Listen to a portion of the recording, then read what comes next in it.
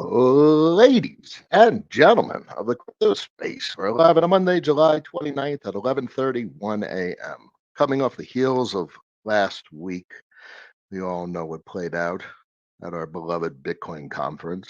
Speakers that are expressing a variety of structural policy shifts and are going to adjust the landscape of this industry as the population engages with it, and frankly, as the industry adapts to the consumer population of persons that want to use it for various purposes, for various financial purposes. The entire system is changing, but that is a statement that is true outside the scope of the crypto space. And that is probably the most important perspective to have with regard to what's likely going to change from within the crypto space.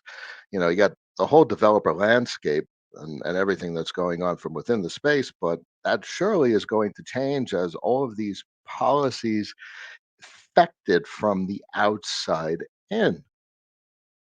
Man, some of these comments at the conference were pretty wild to see. And we're on the verge of seeing these persons with significant influence affect the space in dramatic ways. It's no longer speculative in many regards, policy changes that will play out. Why? No matter what plays out from a political election standpoint, pressures from even whom does not win will affect whom does win because there's a causality. Let's use names. If Trump wins, his policy is very clearly been expressed. Trump doesn't win, whomever is president, that is, this is not the point of the conversation, but whomever is president is going to consume that policy because they saw how it was received by the viewing audience at the conference. And they see the data, they see the metrics, and they understand that this is a massive quote unquote voting block. And it is what is desired by the population at large. There's so many arguments that are hard, make it hard to peer through the bullshit. For instance, people argue that this space isn't needed because the general public is disenfranchised because monetary policy is messed up, economics are messed up. But in regardless of that, the space has emerged. And there's no going back with regard to economic policy and the structure of the financial system from the largest perspective. So, no matter what people think with regard to how messed up things are, they're not going to fix it. They can't fix it. Nothing stops this train. They will cut rates. The Eurodollar market will continue to do what it's doing. Credit will continue to be consumed. Debt will continue to expand. Therefore, in almost all imaginable futures, the products and services which we've come to inspect with great rigor will continue to be consumed more and more as time goes on. This is just a reality. And and as time goes on, it's less and less ambiguous of ways that we can even think of that it's not going to play out exactly as we think it's going to play out. Anyway, hello on a Monday. Look at this Bitcoin chart. We were at about 70,000, and then everyone just started selling the second it hit the ceiling of 70,000, a magic round number of five digits, and back down to 77, 769. It's all noise. What is the statement? The title of the stream is consistency. And the only way to be consistent is that price is irrelevant. And what matters is your processes for engaging with these markets. And as we just stated prior to talking about price and charts, it's all going to play out no matter how you think it's going to play out. It's coming. And we're going to have answers to any uncertainty you may have, whether you um, whether you want them or not. So the question becomes just be, or not even a question, the statement becomes just remain consistent and keep doing what you have been doing that has been working. And if it hasn't been working, adjust what hasn't been working until you experience results that are working, that are producing the results you're looking for, and just remain consistent. I don't know. I guess that is the thought that came to mind as I present to you this stream today from an atypical location. That's the extent of the idea was in my mind this morning. So let's take a look at a couple of charts. Let's go through some questions and make sure that everyone has a capacity to be consistent heading into what is historically known as an extremely insane period of time in not just global economics but crypto economics. So look at this level.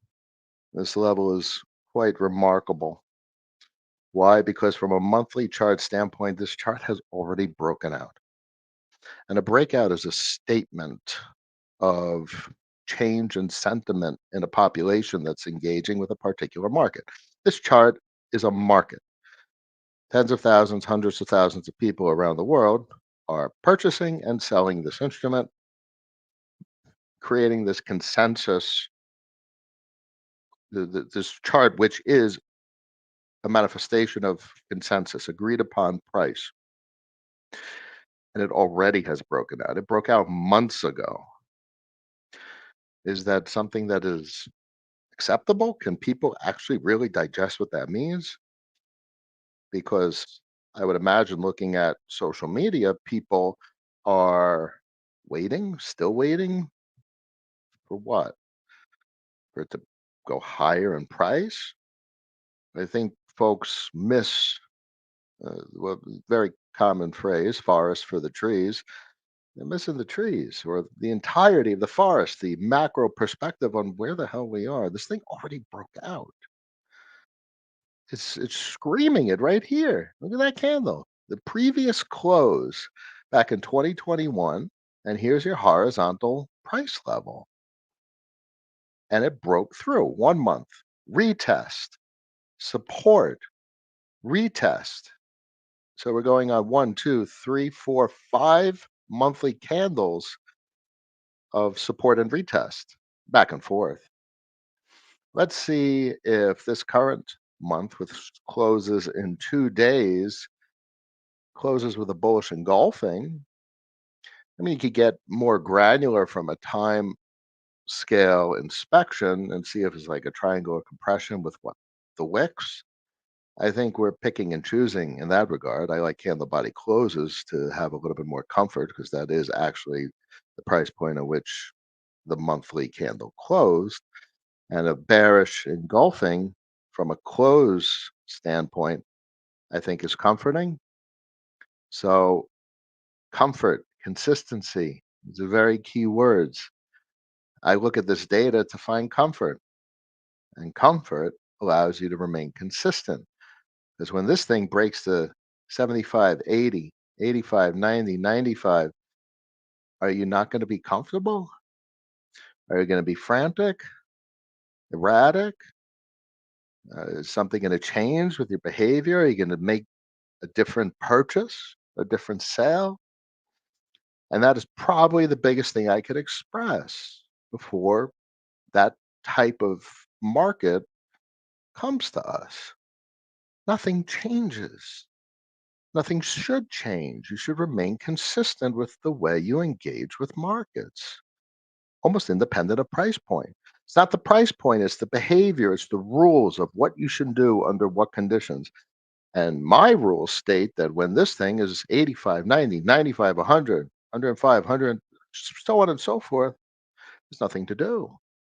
These decisions were made a long time ago between 2022 and 2024 about how I should engage with this market under future conditions. Let's take a look at Ethereum because it is lagging. I definitely don't want to look at Ethereum denominated in Bitcoin. It is still not there yet, not necessarily bottom, but if you inspect Ethereum denominated in dollars, a hell of a chart too. So you could have an argument about Ethereum versus Bitcoin, but I don't really like that. From a monetary instrument standpoint, that is a valid conversation because you want to own the thing that is the fastest horse. It's a very common Bitcoin type of conversation. Why own anything other than the fastest horse? Why own second best? But from a dollar denominated standpoint, this is a pretty impressive chart. And that's significant because it tells us that Ethereum is meaningful and the network is meaningful. And we shouldn't degrade or be derogatory towards the Ethereum network merely because Bitcoin is a stronger monetary instrument. Maybe it's the case. We'll talk about this in 4, 8, 12 years from now. That's not the most important thing or not the only important thing. What is the strongest monetary instrument? Other things are significant to society, and you can't just have money in a society. You need an actual financial system, and money is merely a component of a robust financial system. Oh, really? It's not just hard money, sound money that you need for actual financial activity? No, because if you just have sound money, you have no entrepreneurship. Nothing happens. You need credit, you need banking, you need infrastructure, capacity to execute financial transactions. And sure, we could do that from a Bitcoin perspective, but there's no credit on chain. And everyone keeps talking about it occurring eventually. But Ethereum technology with regard to credit and robust financial activities is significantly more advanced. So, does that mean those types of systems coming online for Bitcoin invalidate everything that has been built? Everything that literally works today? Your capacity to get credit permissionlessly from Aave and forks and derivatives and competitors, your capacity to print dollar liabilities, crypto eurodollar protocol, CDPs. Why wait for its Bitcoin implementation when it's quite functional in its current form? So the whole point is, just as everyone thinks, these are significant technologies. So what we've learned over the last 4 years and what we've begun to become consistent with over the last 2 years is to respect that degree of diversification with a portfolio: money, business, fintech, crypto enterprise, and the enterprise being foreign exchange, credit, and derivatives. You have your investments and you have your cash. Cash allows you to buy investments. Cash also allows you to consume. Cash optimally is collateralizable. So you have a credit line, a CLOC, which is a conversation we've had. So you don't have to tie all your capital up in home equity because you can have a home equity line of credit as well. But a crypto equity line of credit is quite significant, especially going forward, given that crypto equity is more likely than less likely to become increasingly significant in the future. It gives you optionality. It's portable. It's fungible. It facilitates settlement because you could pay with it because there is overwhelmingly available liquidity for an FX transaction to convert it to a settlement currency. If you have a bank account full of euros because they're outperforming cyclically against the dollar, literally, if you use an American Express or any credit card, they facilitate settlement. If I would imagine many persons have had that experience. Let's say you go international transaction support on credit cards. What does that mean? That basically means you get a bill from the a European perspective. You get a bill in euros your credit card bills in euros. You travel to the US, you're swiping your card for dollars. All right, great. American Express facilitates that. That's the exact same thing as if you have, an Aave account with Bitcoin and Ethereum and you use Spritz Finance with a debit card. So you take your X amount of Bitcoin and you throw it on your debit card and you're able to facilitate a dollar denominated transaction. You're able to settle that transaction. And that is something that did not exist, certainly 4 years ago, barely existed 2 years ago. It's overwhelmingly wasn't as seamless as it is today. Uh, we've been around and we have been talking on this stream since it wasn't seamless at all.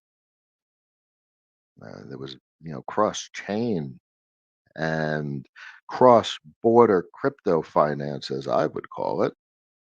Not only was it in its infancy, man, it was dangerous. Multi chain going down. That was an extreme loss of capital. And what played out was very financially painful. But then Stargate came online and layer zero and the cross chain messaging protocols and we're seeing signs of solidifying infrastructure that facilitate what can only be described as cross-border crypto transactions. Because the only rational way to describe these chains is markets, a market of markets. So it's a cross-border transaction. This shit, the point being, everything I just described probably in the last 5 to 10 minutes, this shit is real. It's really happening. And I don't say that from an exuberant standpoint. I say that from a metaphor standpoint, from the story I've been telling you guys for years. This is an emerging market, just like a nation state, except this emerging market is directly accessible. You don't have to go through gatekeepers. You want to engage with the New York stock market and you're in Africa. I don't even know how the hell you do it. I mean, you literally need a domestic bank account. You need, obviously, an international bank account in New York or the US. And you need to ensure that the banks are even willing to do business with one another. You need to establish that you could execute a wire transfer, not doing an ETF cross border like that. Um, so, an EFT. Um, so then you need a brokerage account. Then you need to figure out what the tax regulations or economic and financial reporting regulations are. It's an it's a shit show. But these emerging markets are accessible directly from any country around the world. This shit is real, ladies and gentlemen. And maybe folks say it in the wrong context, but when I say it, I think it's a little bit more meaningful. You're early. You're early to this realization that this is an emerging market of emerging markets. And you're early to the reality that you could settle local fiat denominated transactions using what could only be called a foreign currency in this context, like Bitcoin and Ethereum. It's a foreign currency. You have instantaneous support, just like I described with the American Express example, to settle in a dollar swipe of a card or a euro swipe of a card. And for so many, that's a weird alien concept. But I assure you that this is playing out. Uh, I've played with and consumed these technologies very much more over the last 2 years than over the last 4 years. But over the last 4 years, I've seen it grow from none of this shit works to over the last 2 years. Oh, wow. Look what happened so quick that you could actually structure a business. You could actually structure daily financial activity around these instruments, around these currencies, using these international markets, and it works. and which means you could live your life consuming these systems, having exposure and owning these types of businesses and having these types of investments. It really works. And my excitement comes from if it works as good as it does now, it's going to be weird in a couple of years. It's going to be directly integrated into things that the general public could process. Because the general public cannot process the shit that I do. Even professionals cannot process the shit that I do without an entire educational experience, an onboarding experience. So my broad expectation is companies are going to facilitate that for the general public. They won't even know. The general public will not even know they're consuming whatever technology for credit. Maybe they're using Aave because that's just quote unquote blue chip. Lord knows what's going on with Compound right about now, considering recent news. But Aave is blue chip. You have so you have Bitcoin. So maybe the ETFs, like Bitcoin ETF, and we have favorable financial regulatory conditions. So the ETFs have Bitcoin, and the shares represent Bitcoin. And instead of margin facilitated by the brokerage firm, the margin is facilitated by the ETF using literally Aave, and no one will know any different. Or maybe it's so you have your shares and BlackRock, who issues shares of Bitcoin ETFs, has a website, and that website uh, is able to you're able to log in with your Fidelity credentials. So now BlackRock's website confirms that you have these Fidelity shares and is able to extend you credit because they're holding Bitcoin in custody relative to your Fidelity shares. So they're giving you credit offered and facilitated by these protocols and businesses that we discuss, Aave, for instance. And this is just early type of thoughts on how these kinds of mechanics can wire together and actually provide functionality based on today's technology, not even 4 years from now. So, literally, that story alone sounds weird. Margin. How does margin work? You're thinking like a bank. You're thinking like a brokerage firm and how Fidelity operates to offer margin. Who's providing the credit? Who's extending those currency units? Now there's a whole global infrastructure for access to credit using this collateral that has been wrapped onto the stock exchange in ETF form. I mean, it's literally ETF BTC. I mean, you might as well talk about the ETFs in terms of WBTC. It's a wrapped version of Bitcoin on the stock market network. That's all it is, except it's extremely more rigid of a market as compared to like a wrap BTC on Ethereum mainnet, of which there's how many protocols that he could do different things with? Can't do shit with an ETF instrument. It just literally shows in your portfolio. So it's boring AF.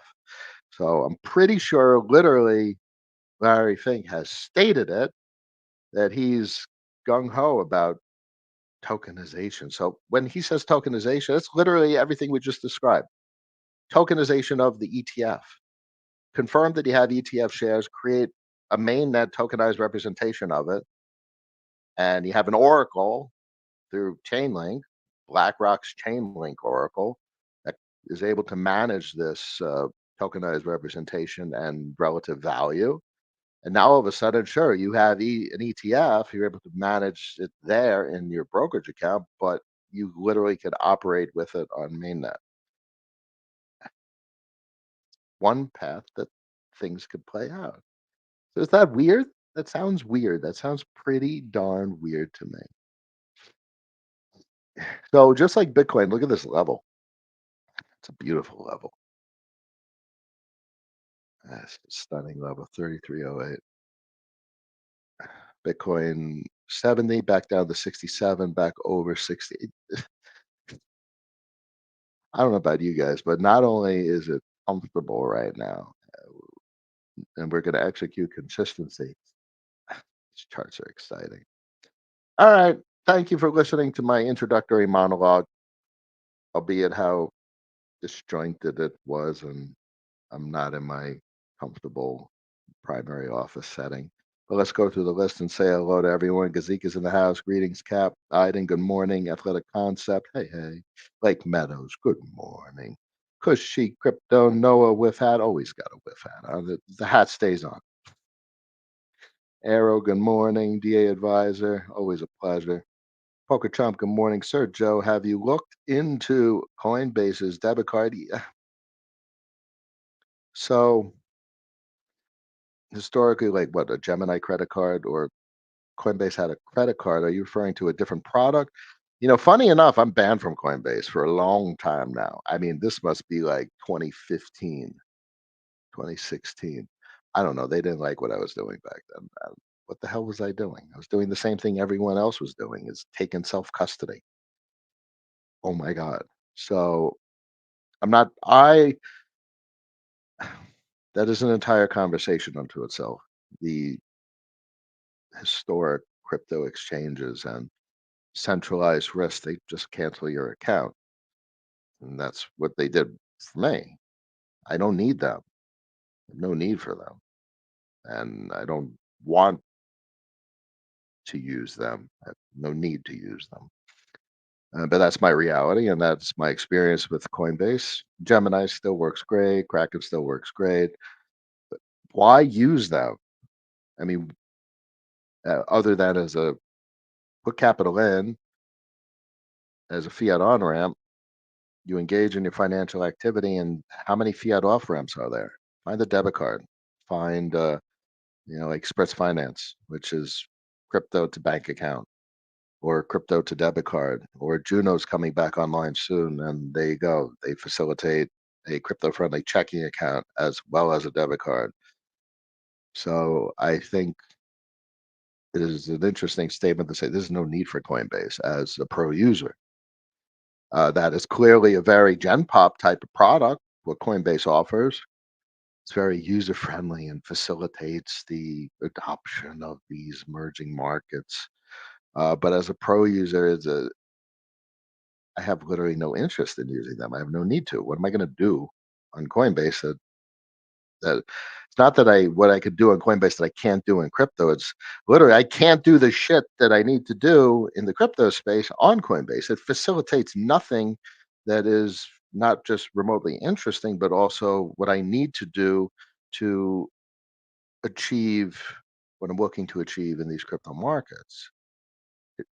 Coinbase is not crypto. Coinbase is a company just like Fidelity.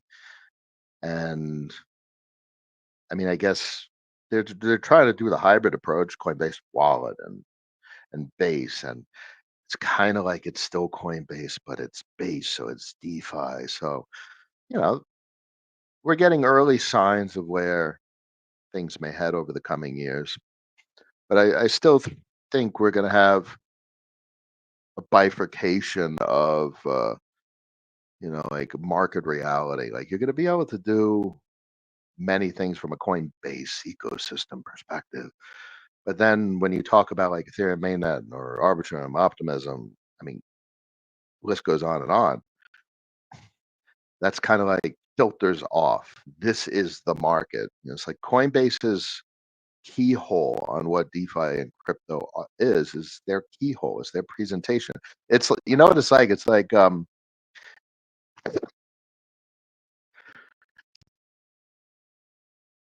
excuse me. You remember AOL? Shows how old I am. Remember AOL is like, you've got mail, and is that whole user interface presentation of the internet, and then everyone realized use an internet browser and really access the web, and you don't need to use AOL software. And that was obviously the demise of AOL over the course of 10, 15, 20 years. But that's probably a decent comparison. Why use the freaking keyhole when you could actually go to the market? Fun fact, fun fact, fun fact. Yams in the house. Good morning. Thoughts about prediction markets like Polymarket? Would you invest in something like that if it were to pay revenues? If it doesn't pay revenues, clearly I wouldn't invest in it.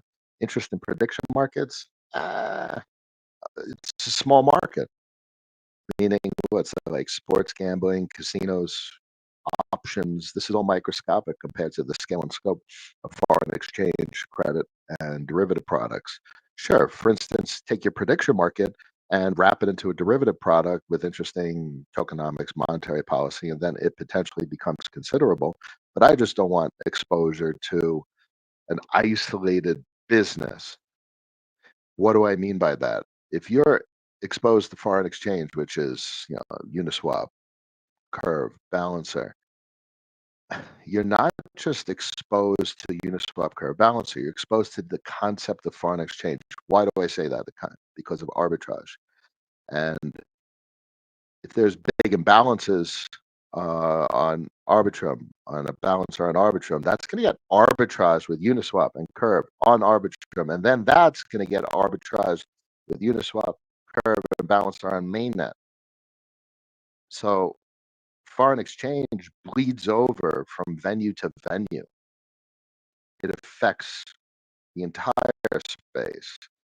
That's, so a betting market is a very isolated market. So I'm not necessarily interested in it. In the end, always remember APR is APR is APR. If you're getting 30% from one venue, 30% from another, 30% from another, 30% is 30% is 30%. So what's pertinent is what's the potential increase in business activity a particular venue could experience. And obviously, foreign exchange is trillions of dollars. So it's something that no other business on the planet is comparable to. Potential, as folks say, total addressable market, the TAM. Soon, hello, my friend. Welcome, Joel. Pleasure. Greetings, Cap. Never go all in, never spread too thin. Old quotes from the good old days. Any insight as to why you are basically 80, 90% or so invested in V33 protocols? I have nowhere near that kind of exposure to V33. In total, this is just anecdotal, not quantitative inspection of my portfolio, but we're talking about 1%,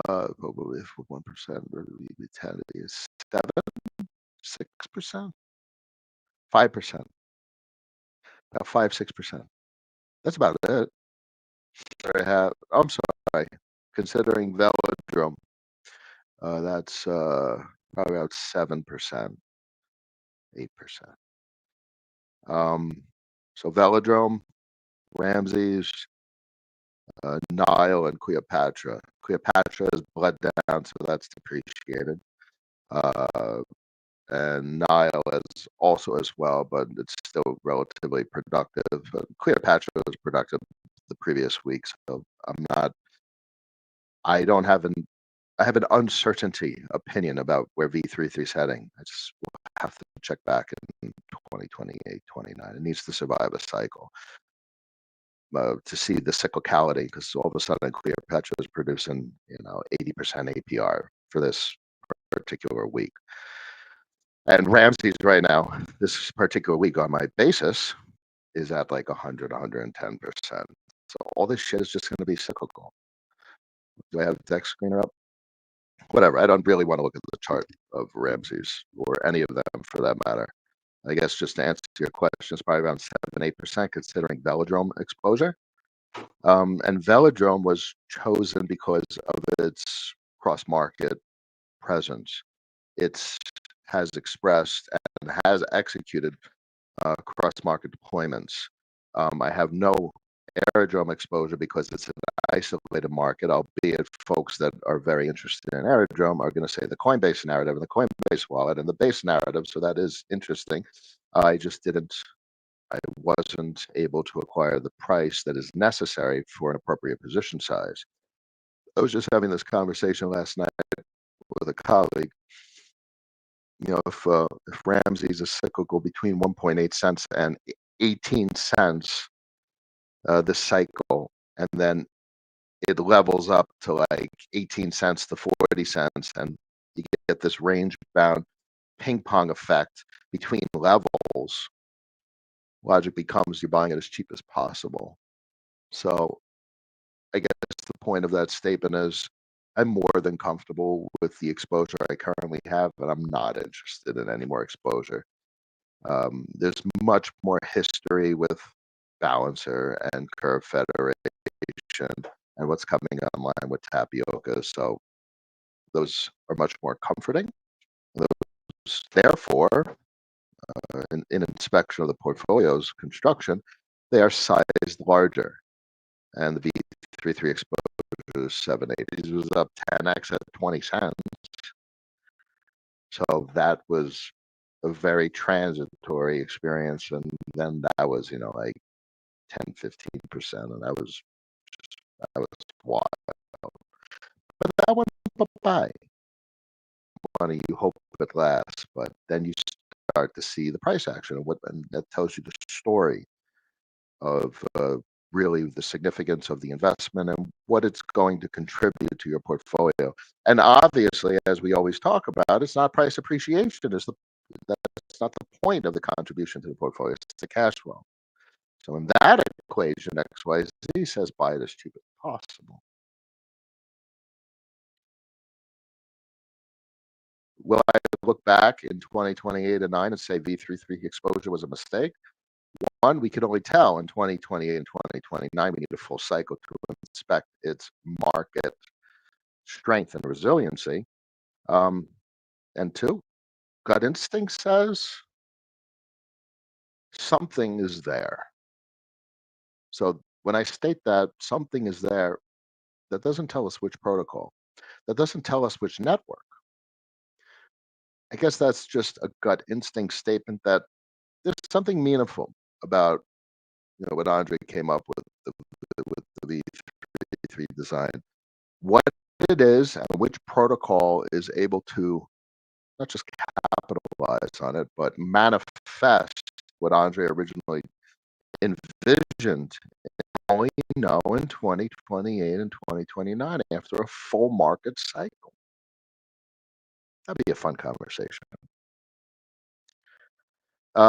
Arrow, I've used Gemini for a year or so, but probably going to switch to Coinbase debit since that's what I've been off ramping USDC anyway to my bank. Yeah, off ramp. I've used Gemini. Historically, I've used Coinbase pre-ban, but nowadays I'm quite fond of Juno and Spritz Finance. I mean, Spritz is really cool. In my experience, they work. Then before Juno had its bank go bankrupt, and they're starting to come online again with their new banking partner. Man, that was a great debit card. So I just had lovely experience with those two products. Emma, not sure if you have covered it yet, but your thoughts on Cantor Fitzgerald launching a Bitcoin financing endeavor? No, I don't know.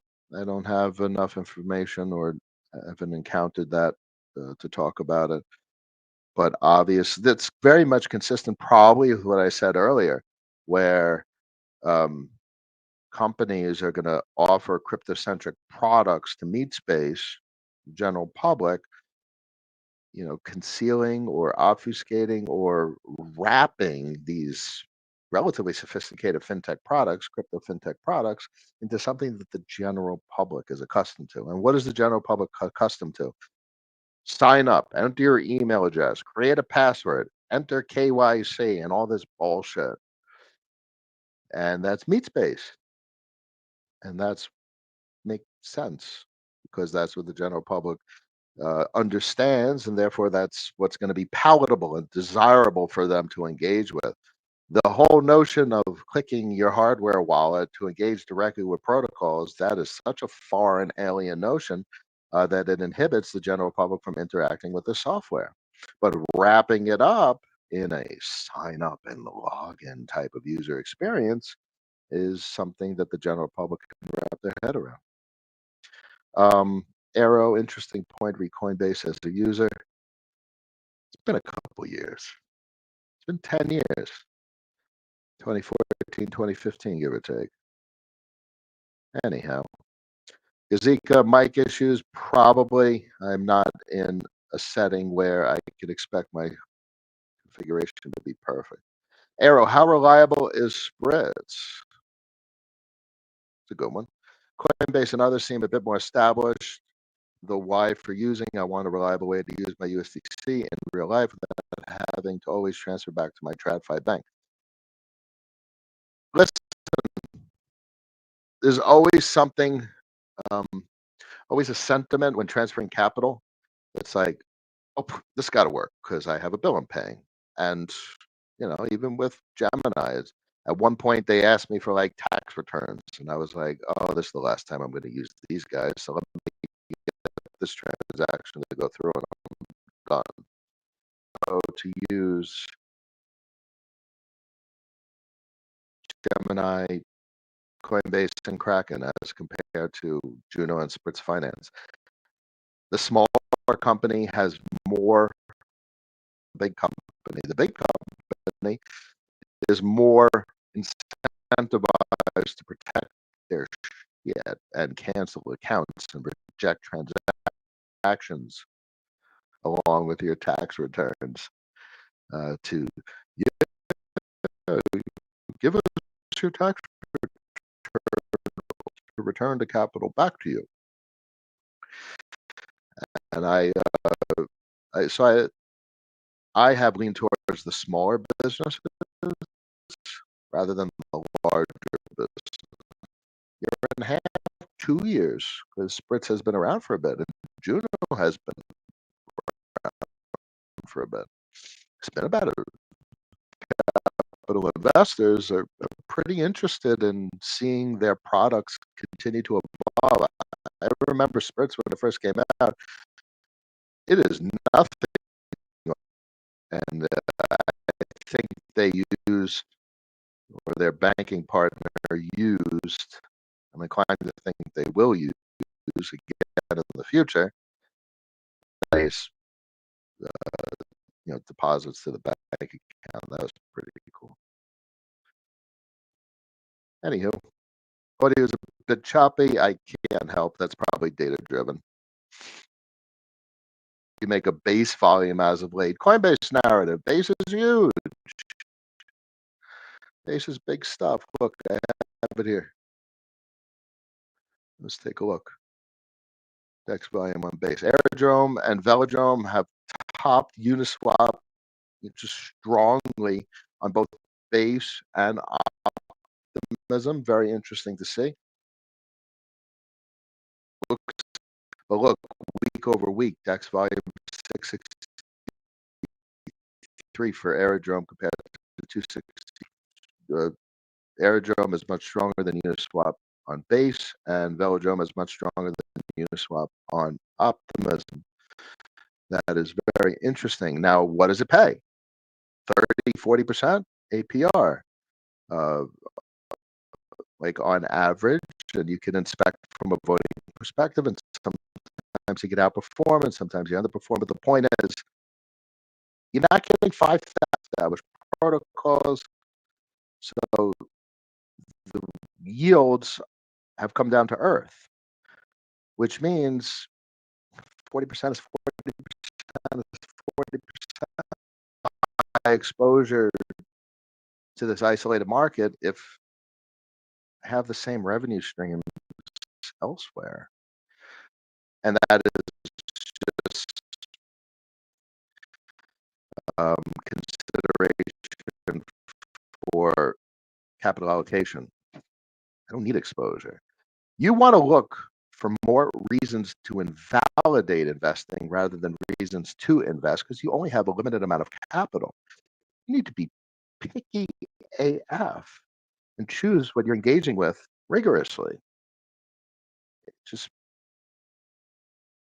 invalidate on a whim. Because there will always be issues, Cap. I have no control over that. No, I could not. Again, No, I cannot improve it. I have no control over that. It's gonna be what it's gonna be. V33 seems to only work on high volume networks, artificially on Linnea. Bear in mind it's a microscopic market. Nile on Linnea. Over here, peak. $1 billion market, dude. That is microscopic. That is down 6.3% on the week. You go over to Arbitrum, clearly more established as $393 million market, marginally negative week-over-week volume. Go over to Mainnet, marginally negative, same week-over-week volume, up at $979 million. Just looking at 24 mil on Linnea. It's a microscopic market because the reality is Ethereum mainnet is a microscopic market. I don't know. Everyone's saying the sound is choppy and the video is out. It is what it is. I'll wrap up the stream location. Maybe data is dead and clearly the commentary is dead as thank everyone for joining me for as long as they could actually hear me talk. And I appreciate it as always. So feel welcome to tell everyone to subscribe to them. Peace.